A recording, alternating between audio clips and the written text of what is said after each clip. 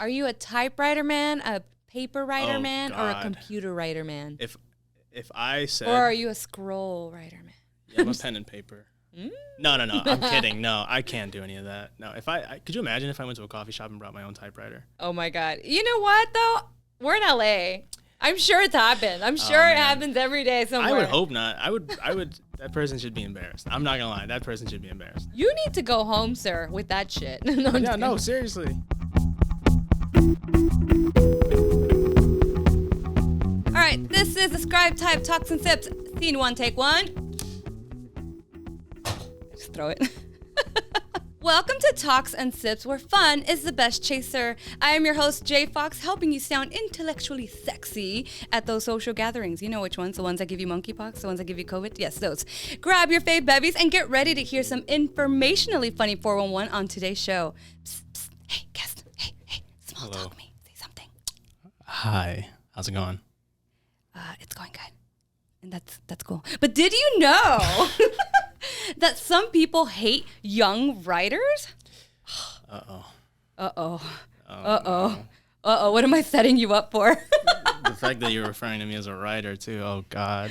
You are, though. I mean... Baby, you gotta fake it till you make it. Yeah. Mm-hmm. Yeah, we'll see. We're going to break this down. I'm going to therapize you. Yeah, after this, I'll go on Ryan's podcast and we'll talk about my imposter syndrome or something. Yeah, absolutely. Look, you have to own it. Otherwise, people won't believe you. All right. And just like that, guys, we have learned something together. Thanks, Talks and Sips podcast. You're welcome. All right. Without further ado, you guys know I like to introduce my beautiful guests with a jingle, and that does not change. I wrote a song for you. I literally write songs for everybody. It's a thing. But then half the time I don't give myself enough lead-in. Here it is. This happens every single time. Will it come out in the edit? No, because I am God. All right. Show me how you write that thing. The one that goes on screens instead. The one that makes us laugh, I say. And you probably wrote it in a few days. Show me how you do it. And I promise you that one day, your shit will be on TV, baby. Yeah! Right, wow, what an introduction. I don't think I'm deserving of such a beautiful song, but thank you. No, you are absolutely deserving of a beautiful song. I love it. Every time someone comes in here, I'm like, I love you. Just know that if I brought you on the show, it's because I think highly of you. Oh, thank you. But it doesn't matter what I think. It's what you think, baby. You got to think highly of you. Yeah. So who the hell are you? What's up, man? Hello. Hi. I'm Mateo. One of my favorite singers ever. Mm-hmm. She corrected all of us. She's Swedish. Yes. Her name is... Americans call her Tovlo, but it's Tovilu. Is it really? It's Tovilu. Okay, yeah, I've always been saying Tovlo. Tovlo. Yeah. And she has a whole song called Mateo. Really? A whole song. I shouldn't get that excited, honestly. You should get that excited. I shouldn't, though. Because, trust me, let me tell you, there are moments, and I was at the concert not too long ago, and they're like, is that Mateo? Is that Mateo? Oh my God! And all the gay boys were so excited. I love this song! Yes, Mateo! So my name is also a gay anthem. It's a gay anthem. Shout out. Hashtag pride. You know. So what do you do? What's your story? What's my start? Oh man, where do we even start with that? What's your passion right now? Writing. Absolutely. Yeah. Hence the name of the episode, the ScribeType. Oh. A little sneak peek into the episode. Oh, yeah. So you're a writer, and I'm very excited because Josh, my beautiful boyfriend, was like, yeah, he loves to write horror, and I'm like, he's gonna love the studio. It's a really cool space. Fucking Halloween, Sent to Destroy, man, all the time. I love all the Tales from the Crypt and the masks and that bloody torso out there. Super cool. Okay, so Chris Bonifay, he ordered that piece, but all the blood splatter that you see, he did himself. Oh, okay. He was an artiste. Yeah, no, I love it. Of gore. It really really fills the space. It really does.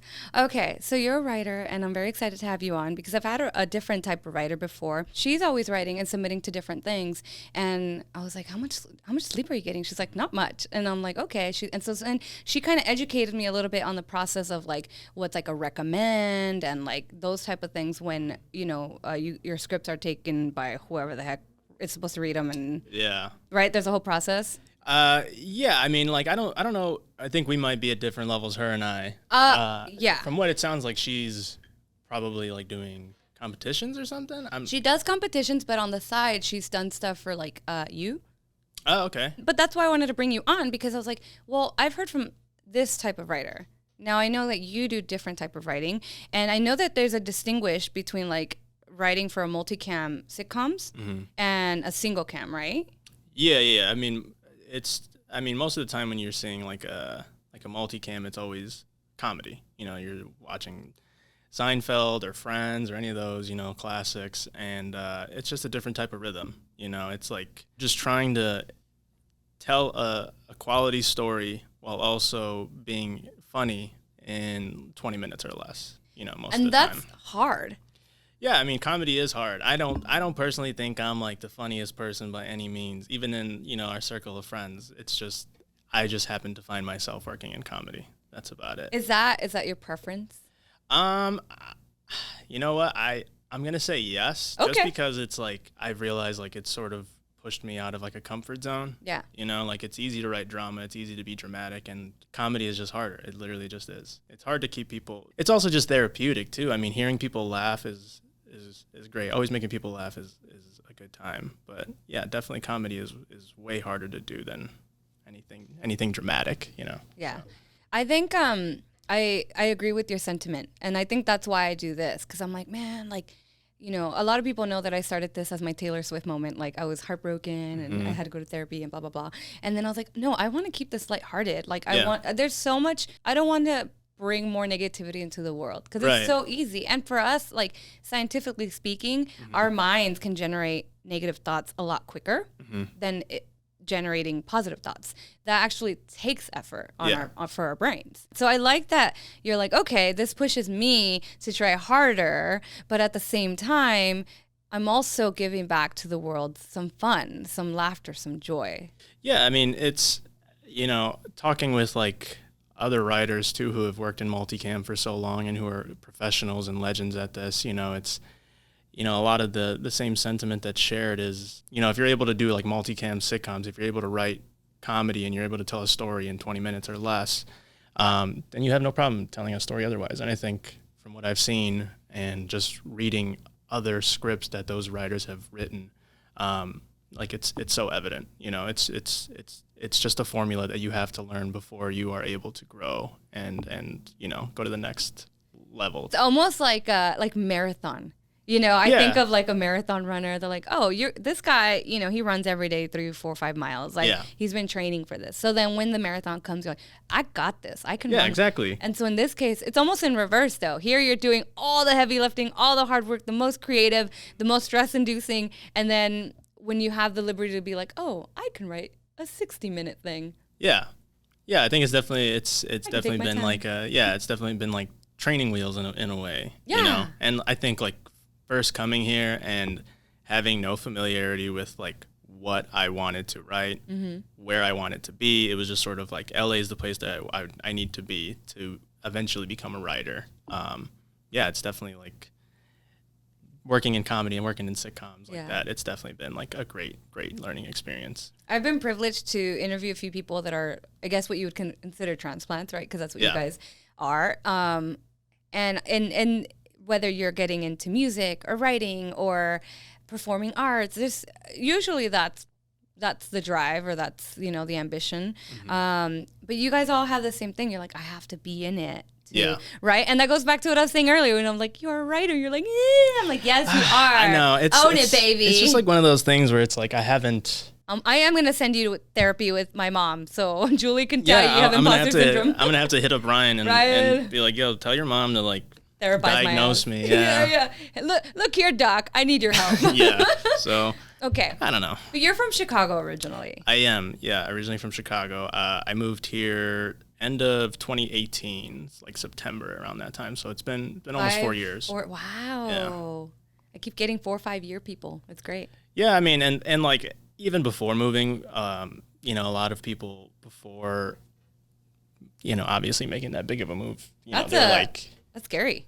It is scary. Yeah. I mean, it's, you know, leaving behind your family and everybody, you know, it's like, and leaving sort of a, you know, like a sanctuary, you know, and sort of just like your comfort zone. Yeah, exactly. No, it was definitely like a difficult move, but definitely like needed as well. Yeah. I know Josh kind of told me like off camera in a different, in a different time, he was saying that you guys, maybe not him, but that you guys were like thinking of not coming to LA at one point, and that, was it Joe or no? Who came out here first, and then it was like, wait, you have to come out here? Yeah. No, I think, yeah, I mean, the thing is, like, it's, the question of staying is always on the back of your mind, especially when you're like planning that big of a move. It's sort of like, am I making the right decision?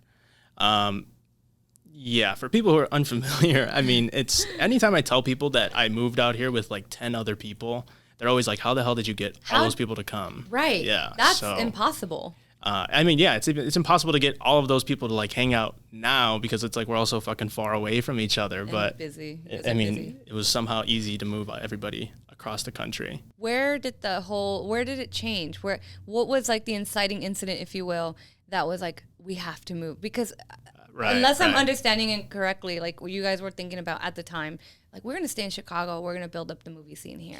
Yeah, right. I think it's always sort of one of those things where you want to represent your hometown and you want to like stay here and grow there and build something, you know, have your own roots there. Yeah. You know, it's just sort of like unfortunate in a sense that Chicago isn't there yet in terms of entertainment and production. You know, it's not. Sorry, obviously. Chi-town. Yeah, I mean, no offense. I mean, I love Chicago. It's my hometown, you know, but it's like, no offense. It's just, it's nowhere near the levels of LA, you know, of Hollywood, so to speak. So, you know, the question of staying was always there.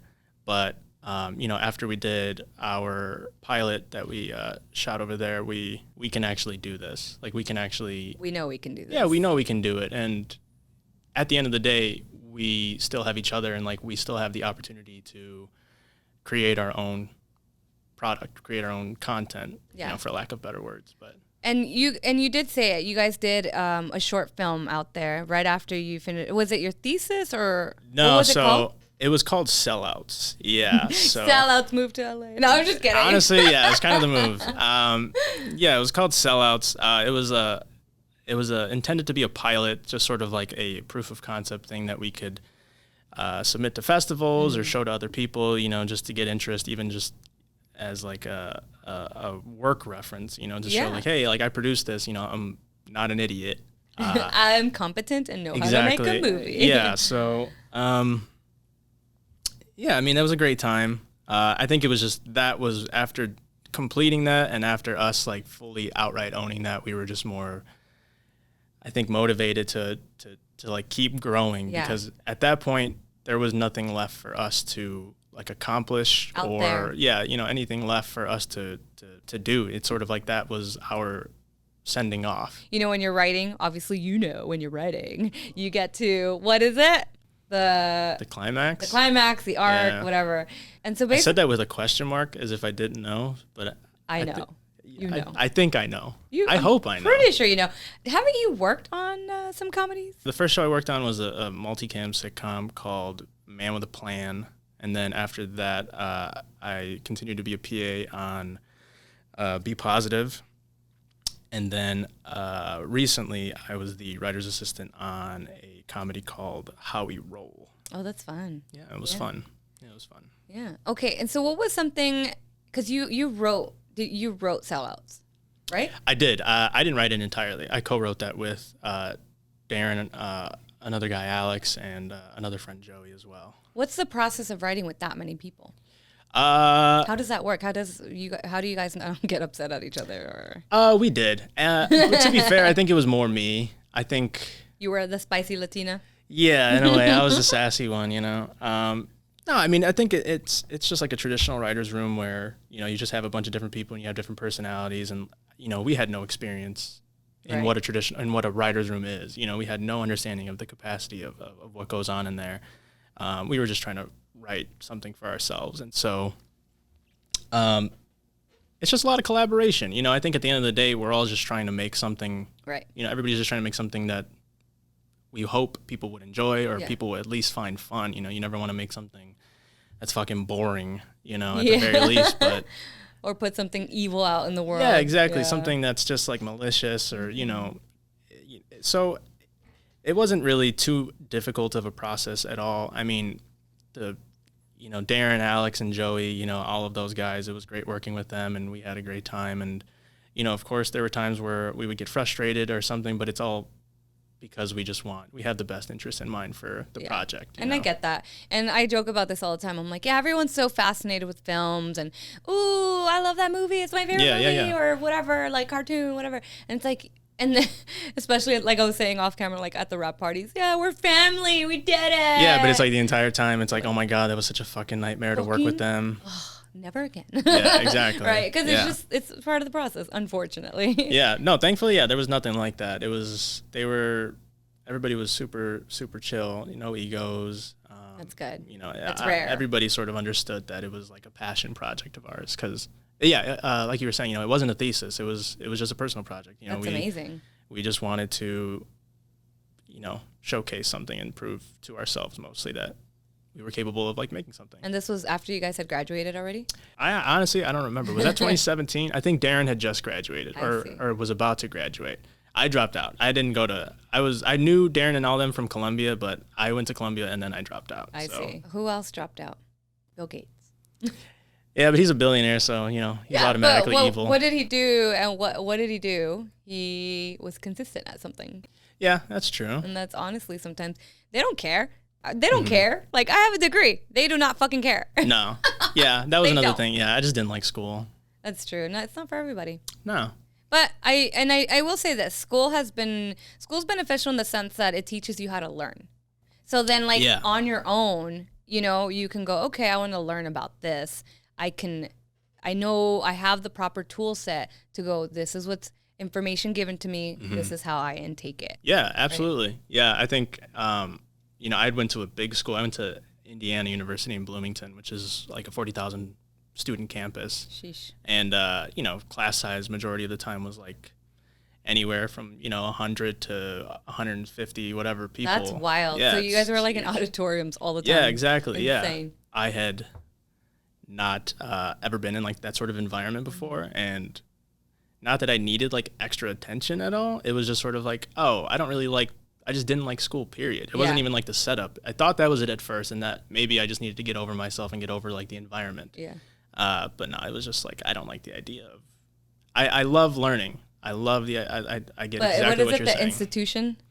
Yeah, it's also just like, it's expensive as hell. It is so expensive. It's like, it's expensive to learn and, you know, people, you know, require you to have these things and deem you to have these things. Mm-hmm. And then it's like, well, how are we allowing everybody to participate in that, you know? How long is, I'm curious, how long is Sellouts? It's probably no more than 30 minutes.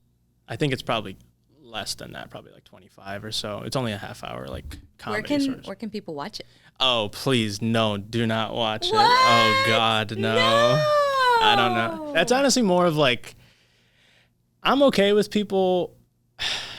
Am I okay with people watching it? I don't know. I think I should be. I need to call Ryan's mom right now. Yeah, hey, Ryan's mom, I don't know how to fix this. No, just kidding. Get her on the podcast right now. Right now. No, I act in it, so I'm like, I'm not the greatest actor by any means. I'm so But terrible. It was a passion project. It was a passion project. And like, I mean, we did have auditions, you know, so it wasn't like I gave myself the part. I did like audition for it. So clearly you're not that bad. I mean, but then at the same time, I was like a producer on it. So it's like I had like, you know, I had full authority to be like, I'm going to play the part, but it wasn't like that at all. That's bias. Yeah. There just wasn't anybody better than me. Kidding. Talk to me about your horror writing. I want to know about that. I haven't really written anything, you know, full length. I haven't had like a pure horror film. There's been an idea that I've tossed around a bunch, especially with Josh. I'm sure he mentioned, you know, and it's sort of formed into something a lot different now. it's something that I'm currently working on. It's more of like a social commentary, like thriller. Ooh, I love that. Yeah, so it's mostly about the Bracero program of the What's 40s, that? 50s, and 60s. So Educate us. yeah, so like during the 40s, 50s, and 60s, it initially started out with like a labor shortage. So because of the war, because of World War II, there was like a lack of like agricultural work. There was they allowed for Mexican like farm workers to come into the U.S. and you know just fill that demand.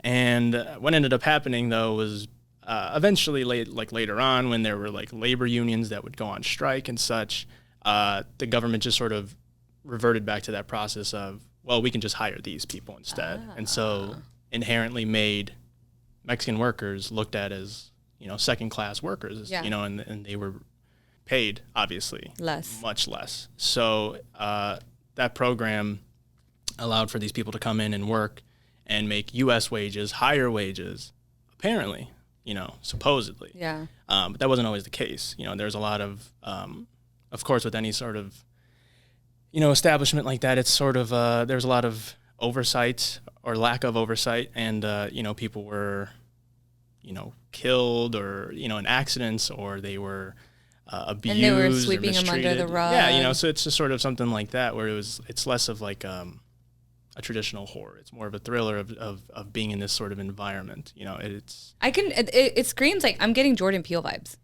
from it. Thank you. Yeah, I would hope that I could write something as great as he has with his movies. But yeah, it's sort of in the vein of that. You know, I would say it's like a. Have you ever seen Under the Same Moon? No, but what's that about? It's a movie that I watched a long time ago. It's about like a mother and her son, and they're trying to cross the border, and they end up getting separated. No. And yeah, so I would describe this as more of like a Get Out meets Under the Same Moon sort of vibe. I love that. And when you guys when you pitch scripts to producers and things like that, that's kind of like the tone, right? You have to go, this meets this meets this. This is what this would be. I mean, it's easier to. Like, I personally haven't had the opportunity to like pitch to like a network or a studio, you know, anything like that. But of course, like speaking with other writers or something like that, just especially with my pilots, you know, making sure that everything is tight. It's always like, yeah, what is the easiest way to explain your story? Right. And most of the time, you know, of course, you always hear like it meets this, or blah, blah, blah meets this, you know, or this, but in space, you know, it's just an easy way to get people to think, oh, okay, I got the environment. Right. All right, nice. So how many scripts are you sitting on today, and how often do you write every day? I'm probably, right now, I think I'm sitting on 3. And every day I try, it's different Depends on the day. Yeah. I'm trying recently to like sit from like 11 to like 5 or 11 to 4. That's insane. Yeah. But it makes sense. Like, you got to be consistent. You got to dedicate to the craft, and you got to do it. Yeah, no, it's, of course. I mean, like, especially like lately, as of, you know, having so much time on my hands, it's like I have to be productive, you know, and I feel like, you know, there were some times where I was like, I just want to sleep in, you know, and I have nothing else to do. And then I just would get so like guilty. Like, I'm like, I feel bad, you know, I'm like, I need to be doing something. And so, you know, it's just having a schedule, and I think I just love having like, you know, structure. So right now that's giving me structure to just be like, all right, let me just sit down here. Self-imposed structure. Yeah. But that's good. And it's great because some of the facts on here is that like you can pretty much kiss your social life goodbye as a writer typically. Sometimes, yeah. I mean, it depends. Like, at least when you're like on a show, I mean, and things are in production, it's always different. It always varies. But I would say it's been different for multicams though. Like, I haven't had to sacrifice like my social life. Like, those hours are usually good. Single cam is where you're sort of like, you kind of want to kill yourself. Why is that different for us that don't understand or know? It's just so like in a multicam, you film an episode within a week. Mm-hmm. The way that it usually works is the script goes out, you know, depending on what their schedule is like. Monday, there's a table read. After the table read, everybody reads it, jokes, punch up. Mm-hmm. Tuesday, you do it for, you know, the producers again. You punch up, whatever didn't work. Wednesday, you do it for the network. You know, so it's like it goes through so many people. It goes through so many people, and you're working really quickly.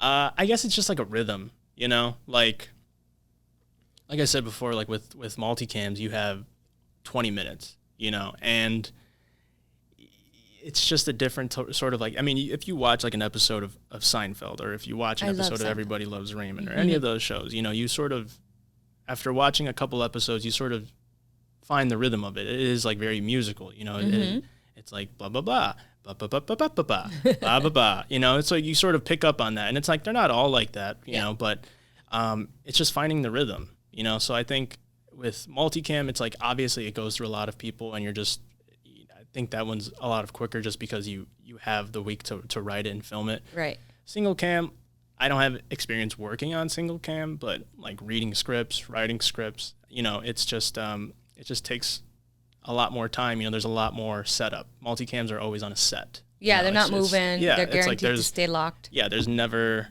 like any changes that are too severe. Yeah. You know, single cam, it's like something could change, a location could change, and it's like, all right, that throws everything off. What do you want to? Would you like to eventually work in single cam? Yeah. I don't think there's anywhere that I wouldn't want to work. I think like pigeonholing myself to one would be like such a bad move, but you know, whatever opportunity presents itself, it's like I'm totally willing to just jump at it and do it no matter what. I mean, if it was like a Hallmark show, if it was, you know, a children's show, and no matter what, it's like, I think there's always something to learn from anything, honestly, especially like being so unfamiliar with the entertainment industry. Yeah. So you're just like, put me in, coach. I'm in. Yeah, just give me a shot. Down. Yeah.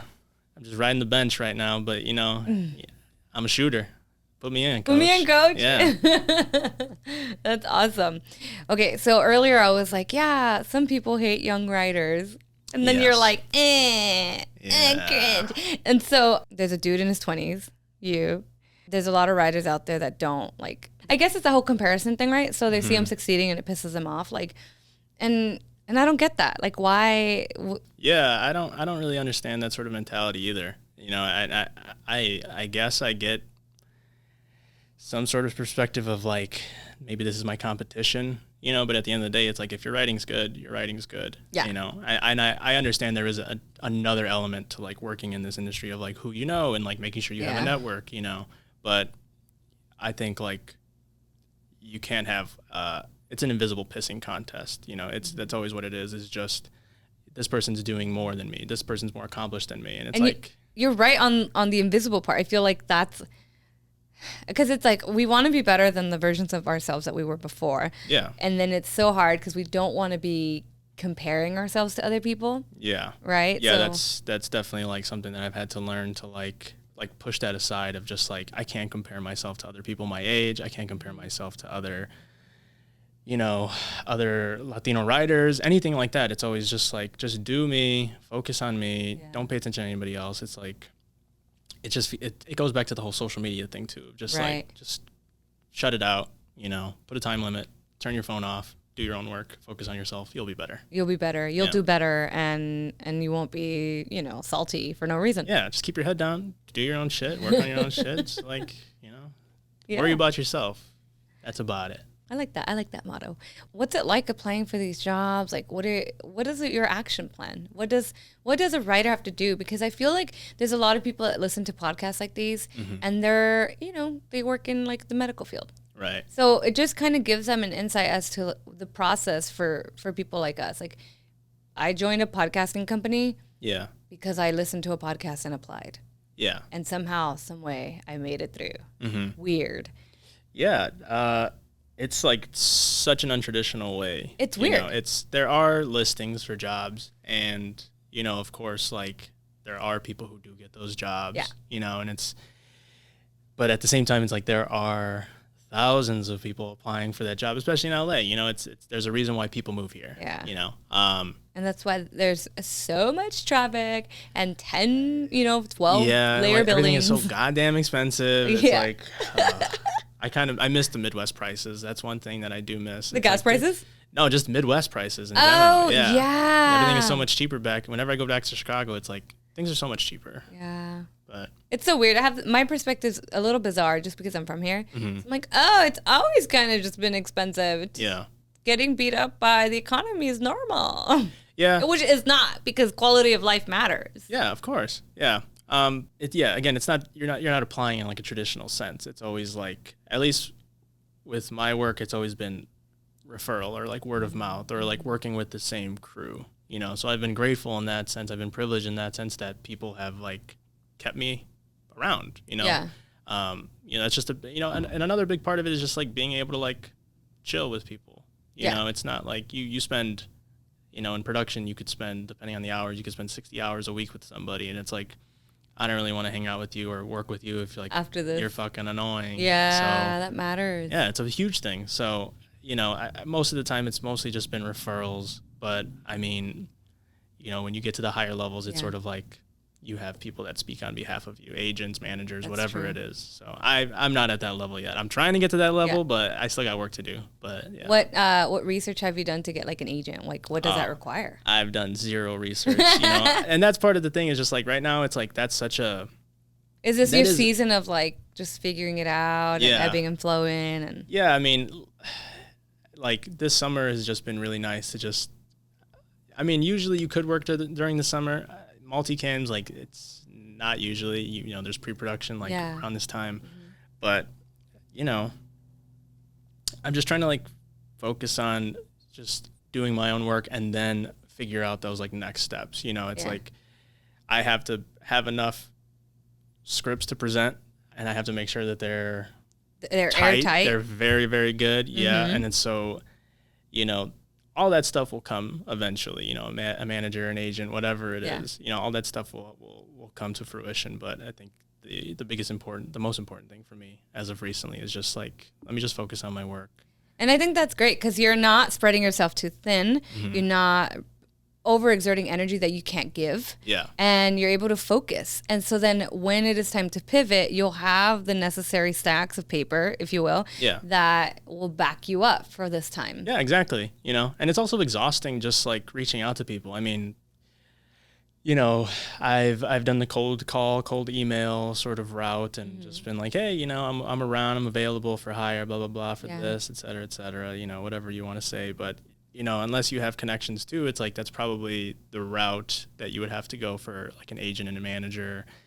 And, you know, and I could be wrong about that, but, you know, it's just like, that's just so much work that I don't want to have to like research right now when it's like I just need to focus on being a good writer and making sure that like my product is as good as it could possibly be. Right. And that's fair. And that's fair because when time comes to be in that grind again, because you're in a grind right now, but not like your typical grind, which is fine.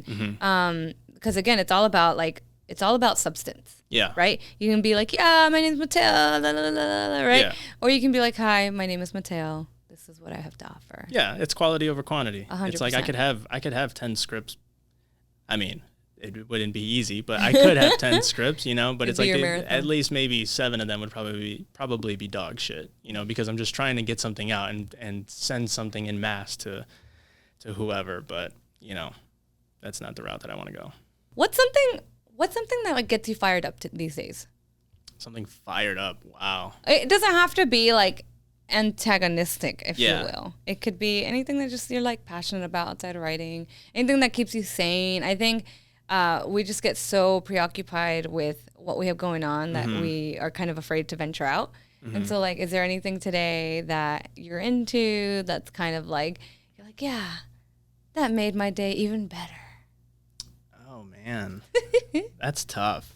Yeah, you're right. I mean, like I feel like I've been so caught up in like my work that it's like, I don't know. I would say probably, I don't know. That's tough. That is a tough one. Something that gets me hyped up.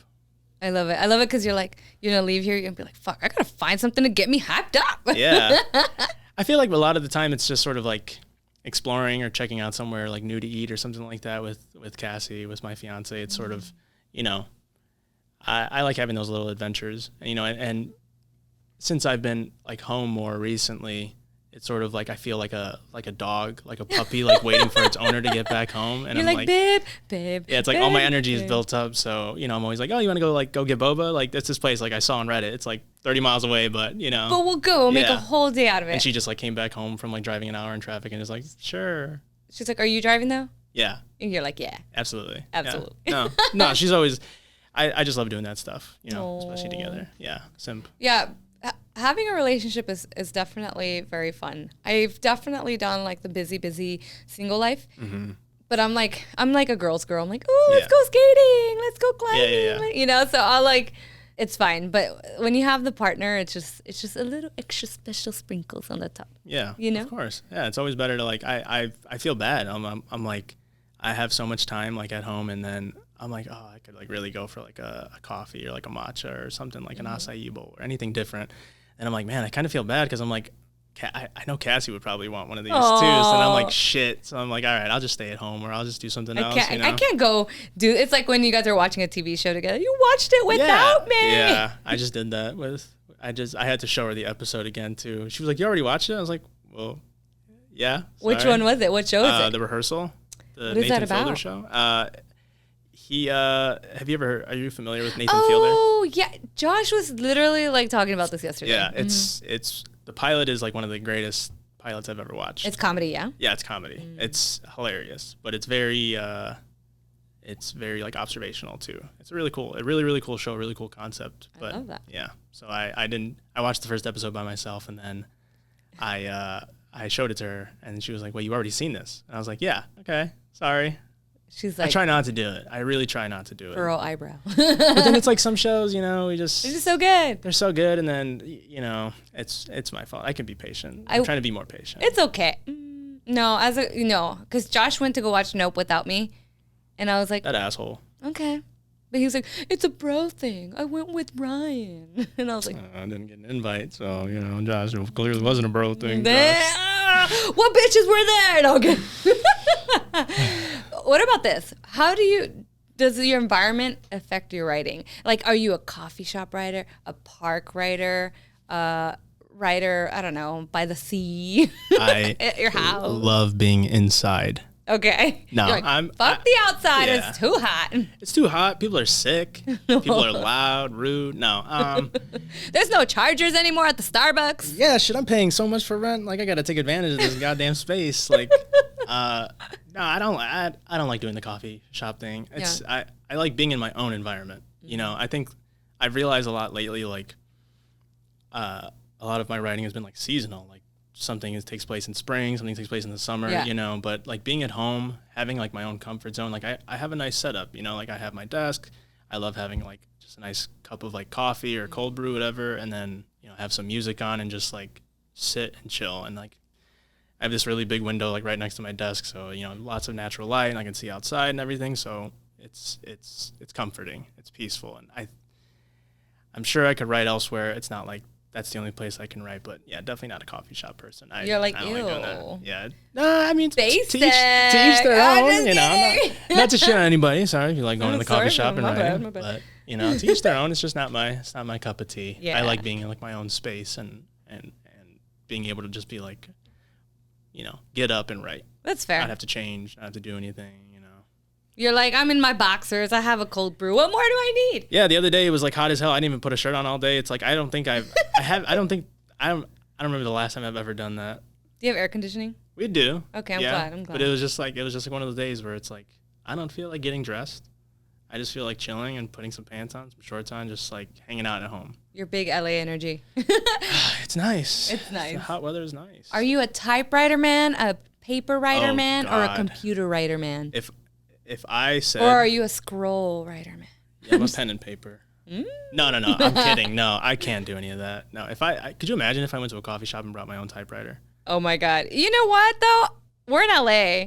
I'm sure it's happened. I'm sure it happens every day somewhere. I would hope not. I would, that person should be embarrassed. I'm not gonna lie. That person should be embarrassed. You need to go home, sir, with that shit. No, seriously. But yeah, no, I just like being in my own space. I just love, you know, having my own like little setup, and it's nice. It's peaceful. And again, like I said, I pay a shit ton of money for rent. So I'm gonna pay motherfucking rent. I live in my goddamn house. Yeah, exactly. To go work somewhere. I love that.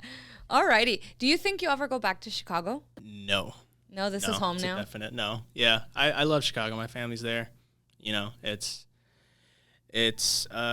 bittersweet, but I know that it's something I've talked about a lot with, you know, other people from Chicago and like Darren. You know, we've talked about it a lot of like how much different our lives would be had we stayed. Yeah. You know, and you know that was, you know, like we were talking about. Go ahead, Natalie? No, I'm sorry. I'm interrupting you. Did he meet Natalie out here? Is that what happened? He did. So for you guys listening, that's one of his closest friends, and he's currently married, and he met his wife out here. You met your fiance out here. I did. Wow. Yeah. Yeah, we all finding true love out here. L.A. And both of the chicas, they're natives. They are. Cassie's from Burbank. Natalie is from the Orange County, I think, or Torrance area. What is it, like the Mid-Wilshire or Mid-City area? Oh, yes, like, yes. West Adams? Yeah, she's West Adams. Mm-hmm. Yeah, she's from that area. Aww. So, yeah. You're welcome, Josh. You got a Long Beach. No. Yeah, Josh, too. Well, how could I forget? What do you mean? Yeah, Josh. Everybody's finding true love. Look at that. So it worked out. So there you go. For the people that say dating in LA is bullshit. Mm-hmm. Yeah. I'm going to tell you you're wrong. To be fair, it wasn't, I wasn't like dating, you know, it was a very, not like I had to like go out on the dating scene and do all those dating apps. She just landed on your lap kind of thing. Yeah, it was just so convenient. I love that. Yeah. Hey, come to think of it, how I met Josh was very convenient too. How'd you meet Josh? I met him through, so my friend Julia, we're climbing friends. Oh. And she was friends with KJ. Right. And it was their Christmas thing / Julia's birthday thing. Okay. On like December 9th of last year. Okay. Yeah. And then he like left to Memphis for 3 weeks. And then I got COVID when he came back. Who made the first move? I don't know. We were just like chatting all night. Because I met Ryan the same night too. Mm-hmm. And we were chatting all night too. Because he's a chatterbox. So for those that don't know, Ryan's like one of our mutual friends and Josh is my partner. And I honestly, like, I remember, I guess technically I made the first move because I was like, hey, like during conversation that night, we were just, I don't know, trauma bonding on our like forced growing up-age in church. Oh, God. Yeah. Okay. Yeah. We're like, you had to go to youth group too? I used to walk home the long way to avoid going to blah, blah, blah. Yeah. And he's like, yeah, he grew up in private Christian school. And now that I've been to Memphis with him. Yeah. Dude, every other building is Lord of this, Christ of that, Church of that, Messiah of this. Oh, yeah. Like everywhere. Apparently there's over 600 churches in Memphis or in Tennessee or whatever. The South, yeah, they love Jesus. They love their Father God. Their high schools, all of them, I'm like, bruh. It was baffling. Well, I mean, I went to a Catholic all-boys high school. What? Know? Yeah. What is that like? Oh, man. What is that like? What is love? It's an experience, you know. I definitely, like, if I would make the same decision again. Yeah. You know, it was a great time. I met, you know, a lot of great people there. I met one of my best friends there, you know. It's how I honestly how I got involved in like writing and like sort of like what sparked that passion. You know, I used to be a part of like the theater program, and we would write and act and produce cool. Original plays. Yeah, so that was sort of like the stepping stone to like, all right, this is like really fun. And I think I always knew like I wanted to write, but you know, that was sort of like, in a creative aspect now too. So when you were little, were you like a chatterbox who wouldn't shut up because you were always storytelling? Oh no, I don't think so. I mean, I think I had a lot of energy. You know, you can ask my mom or my grandma. I'm sure they'll tell you like, yeah, I had a lot of energy. But este niño no se callaba la boca. Yeah, I did not talk a lot though. I wouldn't say so. No. So with the guests that come, right? I love to have a single game of Would You Rather because I love making you guys troubleshoot. Okay. It's my favorite. On the spot troubleshooting. It's so fun. Okay. So with that being said, would you rather? What's like a show that failed? A show that failed? Yeah.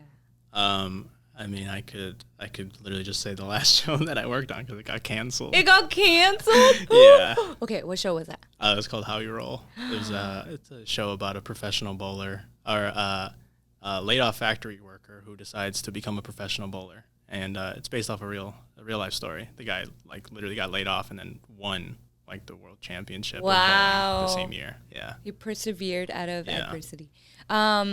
Okay. So, How We Roll, right? Yes. Okay. Would you prefer to still work on How We Roll, but be in the writer's room as one of the key writers and it didn't fail? Okay. Or would you have rather worked on, well, you like dramedies and you like horror and you like comedy, like that's kind of your world? Yeah, I think like my favorite would probably be like dark comedy. So like a Barry type of show, you know. It's definitely like sort of like something that I would love to do. To work on? Yeah. What's that one show that Ben Stiller is like producing? Oh, Severance. Yeah. Yeah, Severance is incredible. Okay. I got it. Okay. So, would you have rather worked on How We Roll as a key writer in the writer's room and you don't know if it's going to, not make it or not, or you could be like an assistant, like Ben Stiller's assistant in Severance? How We Severance. Roll. Yeah, How We Roll. Even if it were to fail again, I would still do it. Even if, I love Severance, and obviously I would, any sort of successful show like that, you're sort of like, oh, how great would it be to be a part of that show, Yeah. like, especially like in its run, in its prime, but I was very familiar with like the crew and like especially the showrunner. His name is Mark Gross. He's an incredible writer, incredible guy. He's just been like like a mentor and stuff. So I think 10 times out of 10 I would choose to be in the How We Roll seat, just because you gotta stay loyal to the people who helped you out. And I love that you're not throwing in like the whole, because a lot of the times we stick to things that we know because there's that what's the term? There's I'm trying to remember the word. Not comfortability. It's when you secure it. I can't. It's like at the tip of my tongue. I should know this too. Like I feel like as a writer I should be like, oh yeah, It's like you're thinking of this. Yeah, but like I'm not a writer. You are. Okay. but basically it's that. It's people get stuck in their comfort zones and they get stuck in complacency. That's it. Yeah. Thank you. See, anyway, and it's complacency because we get so comfortable and you don't have to overexert yourself and stuff. Yeah. And so I think it's really cool because you're not like, even if you had a bigger position within that story, you're not driven by the security of the longevity of it. You just want to be there and be able to create something. Yeah, I mean, no matter where I end up, hopefully, I end up somewhere still in the entertainment industry, but wherever I end up, it's just sort of like every step is a learning experience, and a lot of the people that I've talked to since coming here, whenever I tell people that I've only been here probably, going on 4 years now, people are always sort of like surprised at sort of how soon I've like gotten my footing. Yeah, I gotten acclimated in writing, especially, and that's not even like a brag. I literally hate that. I don't want to brag at all. That's just what other people have said to me, and I don't think I've realized like the grand scale of just how hard it is to be in that position. So any opportunity to sort of be a part of something, to be a part of something creative, to tell a story, it's always another learning experience that I gladly welcome, and the opportunity to be paid. I mean, you gotta make the money too. Yeah. Gotta get that bag too. Gotta get the bag, gotta get the coin. Yeah. I love that. All right, what is, with everything going on, and it doesn't have to be anything crazy, but like, what is something you want more people to talk and sip about?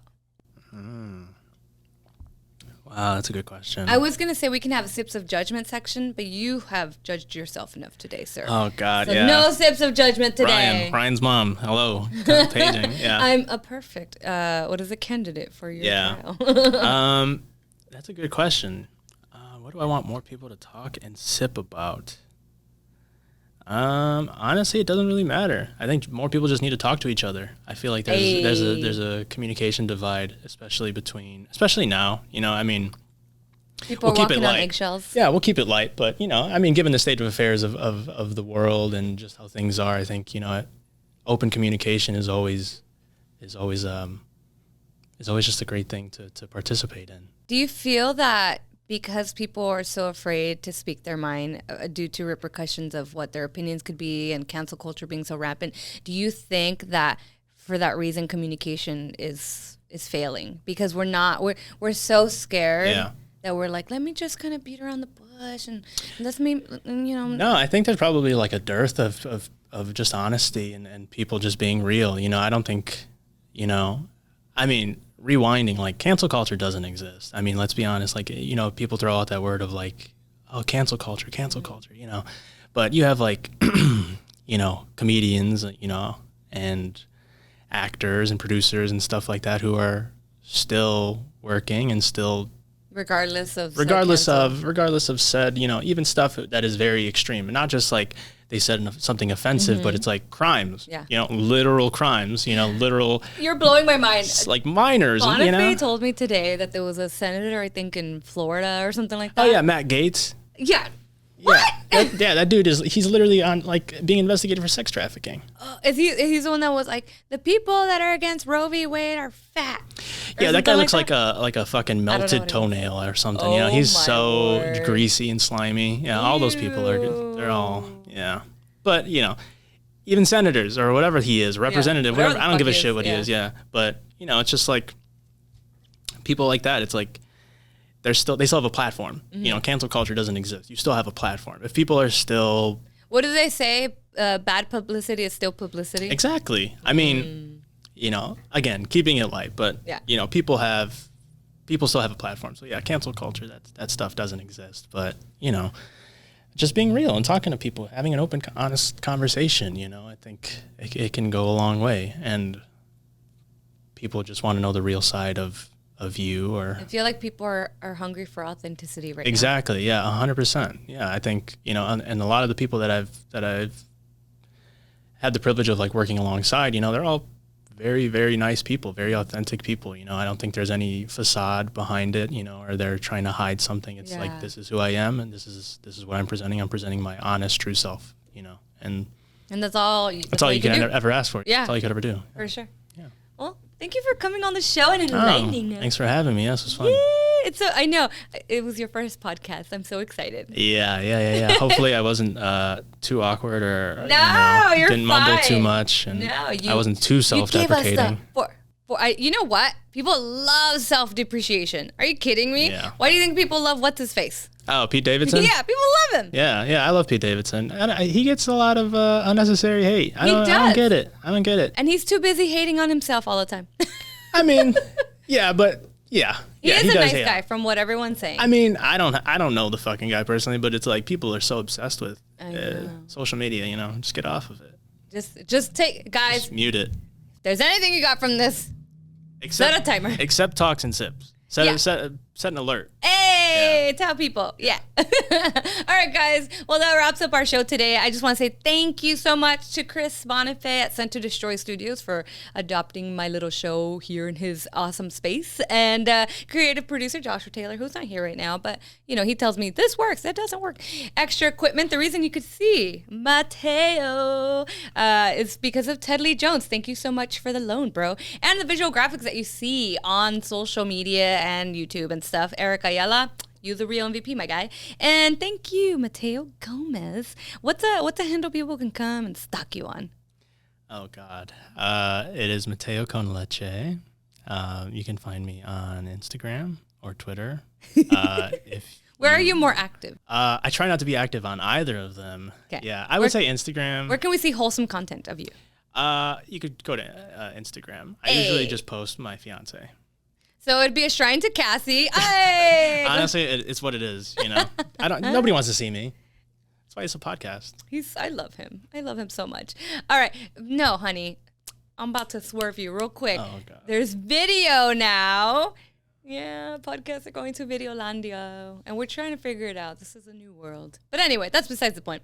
And last but not least, and not by any means, thank you, the listeners, for tuning in every single week. Make sure to catch the weekly Patreon for $5 a month. That is literally less than a cup of coffee at Starbucks, and that is a quarter of avocado toast. And you know what? These days, I don't even know, and I'd say I don't know because when you go to the market, when you go to the store or you go to a restaurant and you go, I want avocado toast, they're like, it's market market value. They're not even putting money on there anymore. You have to just guess. So $5 a month will give you extra content. So support your girl, support the show.